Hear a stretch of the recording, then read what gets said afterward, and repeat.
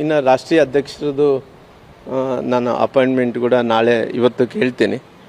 ಅವರು ಇದ್ದರೆ ಅವ್ರ ಹತ್ರ ಕೂಡ ನಾನು ಮಾತಾಡಿಕೊಂಡು ಹೋಗ್ತೀನಿ. ಇನ್ನು ಪ್ರಹ್ಲಾದ್ ಜೋಶಿ ಸಾಹೇಬರು ಕೂಡ ನಾಳೆ ಬರ್ತೀನಿ ಅಂದೇಳಿ ಅವರು ಕೂಡ ನಾನು ಮಾತಾಡಿ ಅವ್ರ ಹತ್ರ ಕೆಲವೊಂದು ಚರ್ಚೆಗಳು ಮಾಡ್ಕೊಂಡು ಕೂಡ ಹೋಗ್ತೀನಿ. ಸೋಮಣ್ಣ ಅವ್ರ ಹತ್ರ ಕೂಡ ಉದ್ದೇಶ ಇಷ್ಟ, ಸಂಘಟನೆ ವಿಚಾರದಲ್ಲಿ ನಾವು ಚರ್ಚೆ ಮಾಡ್ತೀವಿ. ಜೊತೆಲಿ ಈ ರಾಜಕಾರಣದ ವಿದ್ಯಮಾನಗಳು ಏನೇನು ಆಗಬೇಕಾಗಿದೆ ಮುಂದಕ್ಕೆ, ಇನ್ನು ಕರ್ನಾಟಕದಲ್ಲಿ ಇನ್ನು ಇದ್ರ ಬಗ್ಗೆ ಮುನ್ನ 28 ಬರುವಂಥ ಚುನಾವಣೆಯಲ್ಲಿ ಯಾವ ರೀತಿಯಲ್ಲಿ ಸಂಘಟನೆಯನ್ನು ಗಟ್ಟಿ ಮಾಡಬೇಕು ಅದ್ರ ವಿಚಾರದಲ್ಲಿ ಕೂಡ ಚರ್ಚೆ ಮಾಡೋಂಥ ಕೆಲಸ ಮಾಡ್ತೀನಿ.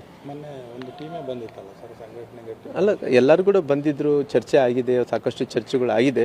ಇಲ್ಲಿ ಕೂಡ ಈ ಕೆಲವೊಂದು ಗಮನಕ್ಕೆ ತರಬೇಕಾಗಿದೆ, ಅದು ಕೂಡ ಗಮನಕ್ಕೆ ತರುವಂಥ ಕೆಲಸ ಮಾಡ್ತೀನಿ. ಸರ್, ಈಗ ರಾಜ್ಯಾಧ್ಯಕ್ಷರು ಬದಲಾವಣೆ ಆಗ್ಬೋದು ಅನ್ನುವಂಥ ಚರ್ಚೆಗಳಿದ್ದಾವೆ. ನವೆಂಬರ್ಗೆ 3 ವರ್ಷ ಆಗುತ್ತೆ. ಅದಾದ ಬಳಿಕ ಹೊಸ ಅಧ್ಯಕ್ಷರ ಆಯ್ಕೆ ಆಗ್ಬೋದಾ ಅನ್ನುವಂಥ ಪ್ರಶ್ನೆ ನಮಗೆ ಯಾವುದೇ ರೀತಿಯಲ್ಲಿ ಕೂಡ ಮಾಹಿತಿ ಇಲ್ಲ.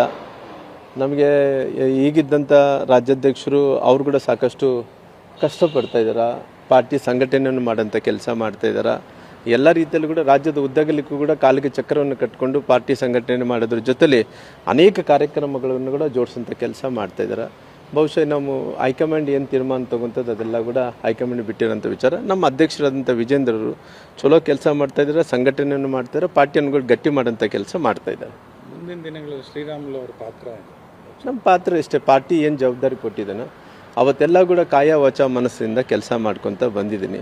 ಬಹುಶಃ ನನಗೆ 2018ರಲ್ಲಿ ಕೂಡ ನಾನು 14ರಲ್ಲಿ ನಾನು ಮೋದಿಜಿ ಸಾಹೇಬ್ರ ಜೊತೆಲಿ ಪ್ರಧಾನಮಂತ್ರಿ ಆಗುವಂಥ ಟೈಮಲ್ಲಿ ನಾನು ಯಡಿಯೂರಪ್ಪ ಅವರು ಕೂಡ ಅವತ್ತು ಸಂಸದರಾಗಿ ನಾವು ಆಯ್ಕೆ ಬಂದಿದ್ವಿ.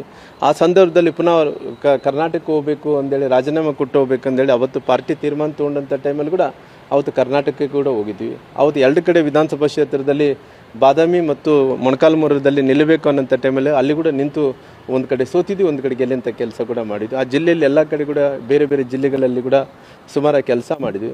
2018ರಲ್ಲಿ ಕೂಡ 14ರಲ್ಲಿ ನಿಂತ 18 ಸಂದರ್ಭದಲ್ಲಿ ಕೂಡ ಸುಮಾರಿಗೆ ನನಗೆ ಅವಕಾಶ ಕೊಟ್ಟಂಥ ಟೈಮಲ್ಲಿ 2 ವಿಧಾನಸಭಾ ಕ್ಷೇತ್ರದಲ್ಲಿ ನಿಂತು ಆಮೇಲೆ ಸುಮಾರಾಗಿ 177 ವಿಧಾನಸಭಾ ಕ್ಷೇತ್ರದಲ್ಲಿ ಅವತ್ತು ಪ್ರಚಾರ ಮಾಡೋಂಥ ಕೂಡ ಕೆಲಸ ಆಗಿದೆ.